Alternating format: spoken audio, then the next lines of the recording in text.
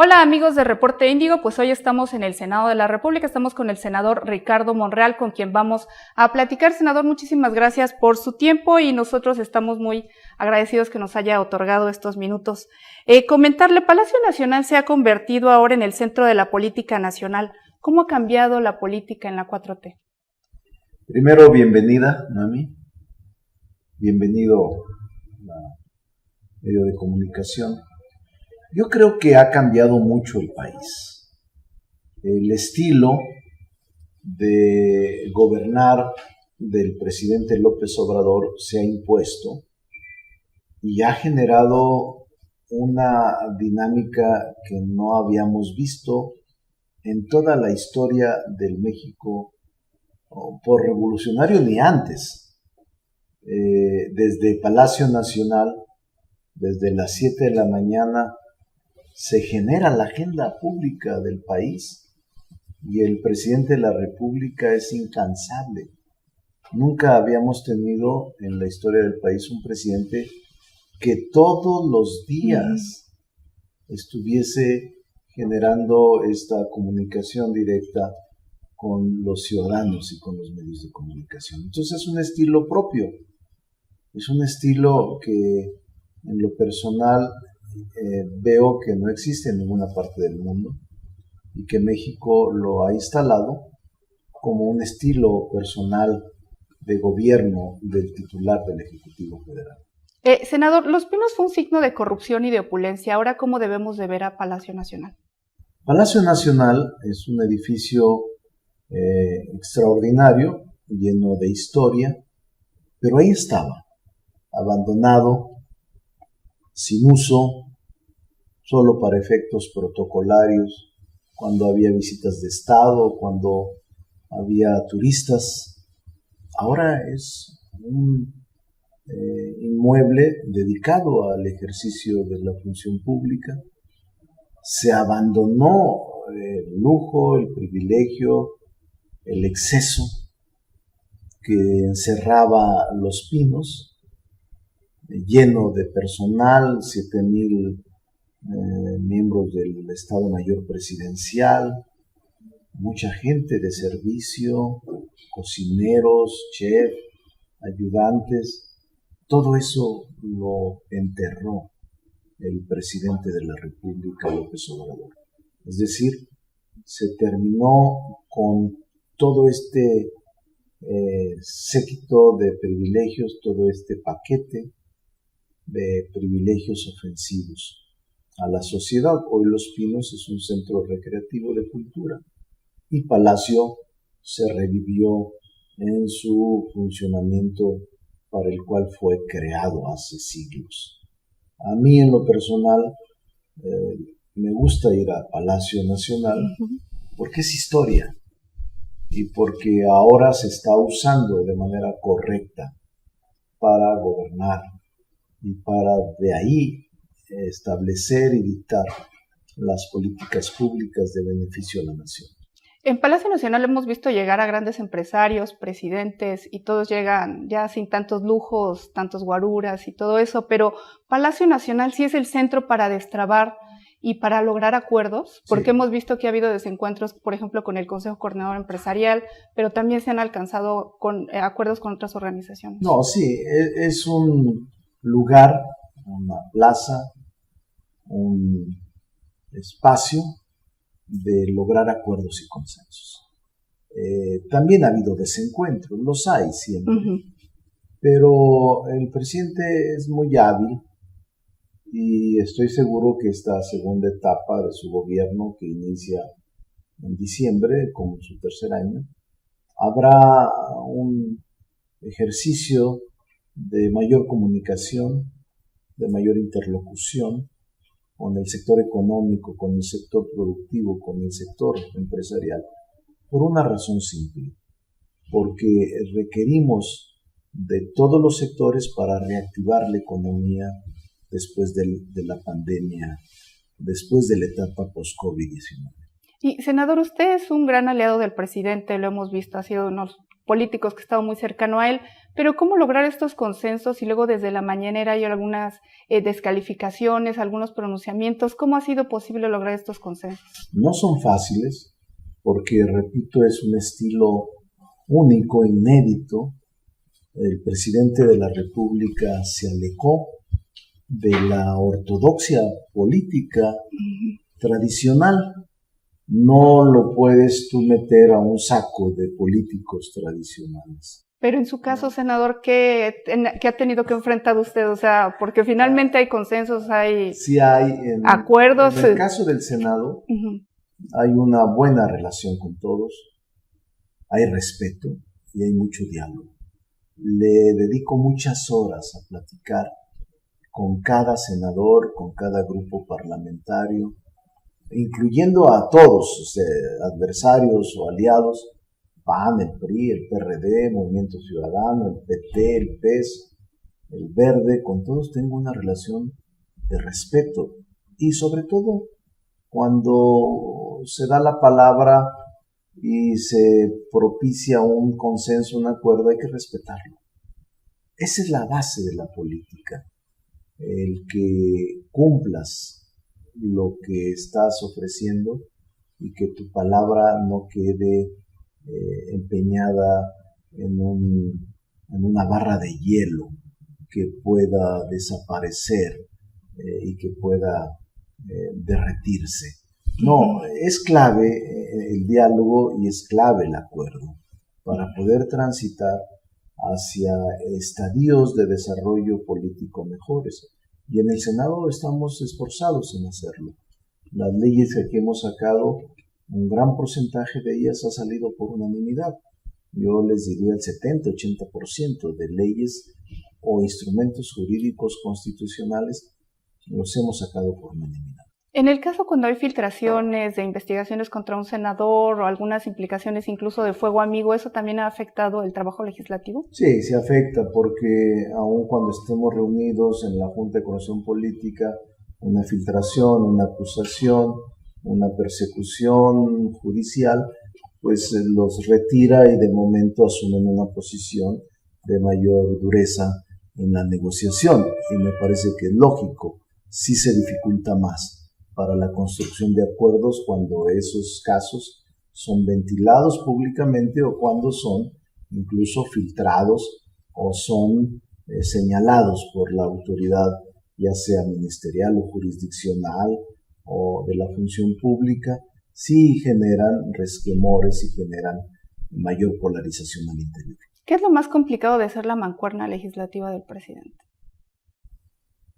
Hablar con él. Es un estilo propio. Yo no tengo problema porque lo conozco hace 22 años.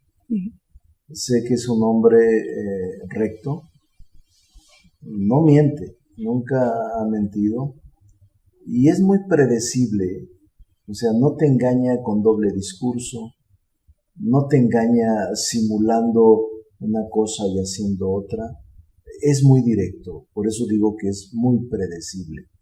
Todo lo que nos ha dicho lo ha hecho y todo lo que dicen las mañaneras es cierto. No cambia de parecer en el sentido de emprender sus cruzadas contra la corrupción, con la austeridad, con la sobriedad, contra los excesos. Todas sus políticas públicas diseñadas las tiene en la cabeza desde hace décadas. Por eso lo que sucede todos los días, en lo personal a mí no me extraña y me resulta muy fácil conversar con él porque conozco su ideario, conozco su ideología y conozco su actuar cotidiano a través de 22 años. ¿Le ha hecho recomendaciones usted al presidente? No, platicamos. Doy puntos de vista y cuando él me los pregunta, los opino de manera transparente, imparcial y sin ningún interés más que el de escribir historia con él. ¿Han tenido diferencias en algunas de los...? En algunas sí. ¿Alguna que nos pueda comentar? Bueno, la más reciente. Tenemos opiniones distintas y él permite el debate y también el desencuentro. Tuvimos un desencuentro, el último, más notable, fue provocado por la elección de la Ciudad de México, cuando yo estaba a punto de ya no seguir en ese camino de Morena. Aunque yo tenía mi propia situación, fue un desencuentro el más reciente. ¿Y cómo lograron? Platicando, él y yo, solamente entre él y yo, acordamos mantenerme en Morena y ayudarle a que fuera presidente. ¿Y eso no afectó la relación que tienen de todos estos años? No, no lo afectó. Momentáneamente sí, obviamente. Sí, porque fue un momento duro, vimos que salió molesto de esa reunión. Sí, fue un momento difícil. También él tiene su carácter y cuando a alguien le falla se decepciona y es muy difícil recuperar su confianza. Y en ese sentido yo lo entiendo porque lo han traicionado tantos en su alrededor a través de la historia, que es un hombre cuidadoso, no entrega todo, y al menor problema de incongruencia lo señala. No tiene empacho en decírselos directamente al funcionario, al amigo, al familiar. Él actúa de esa manera. También hemos visto, recientemente no han tenido algún desencuentro porque de repente vemos que salen iniciativas en el Senado, le preguntan en la mañanera, él dice, pues yo no estoy de acuerdo y vemos que las quitan ahí. ¿Qué es lo también? ¿Recientemente ha tenido alguna diferencia con el presidente sobre? Porque las reformas que hemos sacado aquí se han deliberado, enriquecido, modificado, y él ha sido respetuoso de lo que en el Senado hemos hecho. En ocasiones también dice, no estoy de acuerdo con cómo salió. Está bien, o sea. ¿Pero no es jalón de orejas? Pero no, es simplemente, él tiene una frase muy popular que es del sentimiento popular, que dice, mi pecho no es bodega. Y entonces él expresa lo que él dice y siente, lo que él siente. Y creo que es un hombre muy auténtico en ese sentido. Ajá, en este caso, senador, el video de su hermano, no sé, el video del hermano del presidente que salió, ¿usted ha llegado a platicó con él de esta situación? No, porque lo vi hace 8 días, lo vi un miércoles y eso salió hasta un jueves, pero lo veo cada 10 días y sin que lo haya visto a él, le aseguro que va a ser muy duro, va a ser él en el sentido de que se aclare y si es necesario irá él a declarar. No escudándose en el fuero, ni en la investidura presidencial. No lo conoce la gente, o lo está empezando a conocer, pero Andrés Manuel López Obrador es un hombre congruente, y no va a detener esta cruzada contra la corrupción. Así se trate de familia, de hermanos, de amigos, de conocidos, Andrés no se va a detener. El presidente de la República no se va a detener porque creo que ese es el principal objetivo que tiene, erradicar la corrupción o disminuirla, erradicarla como política de Estado y como una política encubierta que se toleró muchas décadas de años. Ajá, senador, dice que constantemente va a ver al presidente. ¿Qué desayunan? ¿Y usted le ha llevado algo? Una vez vimos en un tuit que decía, ¿qué desayunan? A veces le invita a desayunar. Le gusta mucho los platillos típicos, los de Tabasco, los de Oaxaca, los del sur, los del centro. O sea, disfruta mucho lo típico, las tlayudas, los lagarto incluso, los chanchamitos, los tamales, comida típica. Siempre yo lo he visto disfrutar de comida típica. Pero cuando van a desayunar, ¿usted le ha llevado algo para el desayuno? No ¿para compartir? Pero ahí sirven siempre frijol zacatecano. Y senador, ¿y usted ha sido pues 3 veces senador? Y creo que 3 veces también diputado. ¿Cómo ha cambiado la política desde que usted, por ejemplo, estaba en el PRI y ahora está en Morena? ¿Qué es el principal cambio que ha visto en esta? He visto muchos. La autenticidad, la división de poderes como un equilibrio real, de verdad existe. Claro, yo nunca fui coordinador con otros presidentes. Soy coordinador con este presidente de la mayoría y siempre ha sido muy respetuoso. En todos estos 2 años que tengo de ser líder de la mayoría, nunca he tenido un señalamiento ni un desencuentro con él. Siempre nos ponemos de acuerdo y siempre respeta al Poder Legislativo. En este caso, ¿cómo ve entonces la política? O sea, sí es ya más abierta, Sí, ya hay más, o sea, no hay de... Es más transparente. La política está ahora en todas partes, ya no solo es cosa de los políticos. La gente se ha concientizado, ha valorado demasiado su voto, sabe el peso que tiene su voto y se ha vuelto más exigente y además más vigilante del quehacer público. Ahora no puedes hacer nada indebido. En el pasado yo recuerdo que se cometían muchos excesos de los que estaban en el gobierno y no pasaba nada. Ahora, porque tu hijo se vaya a un hotel de mediana calidad, te señalan. Antes usaban los aviones particulares, helicópteros, con grandes lujos y nadie decía nada. Ahora el oficio público, el servidor público está en un escrutinio permanente, es una caja de cristal, el desempeño de su función. Ajá, en este caso como legislador, ¿cuál es el principal cambio que ha visto desde la primera vez que fue legislador? El respeto del presidente ante el legislativo. Incluso ni siquiera hemos tenido una reunión con él, los coordinadores. Antes no salían de los plenos. O sea, respeta, no da indicaciones, no impone.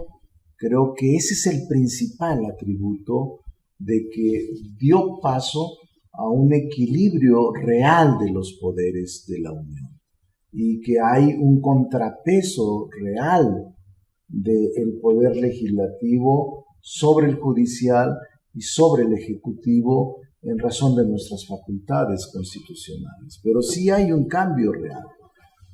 Yo he visto, por ejemplo, antes era muy común el que el presidente dictara, impusiera, los propios sectores económicos, sectores sociales, no acudían al Congreso, acudían con el presidente y el presidente ordenaba una modificación legal o un acuerdo que se tradujera en ley.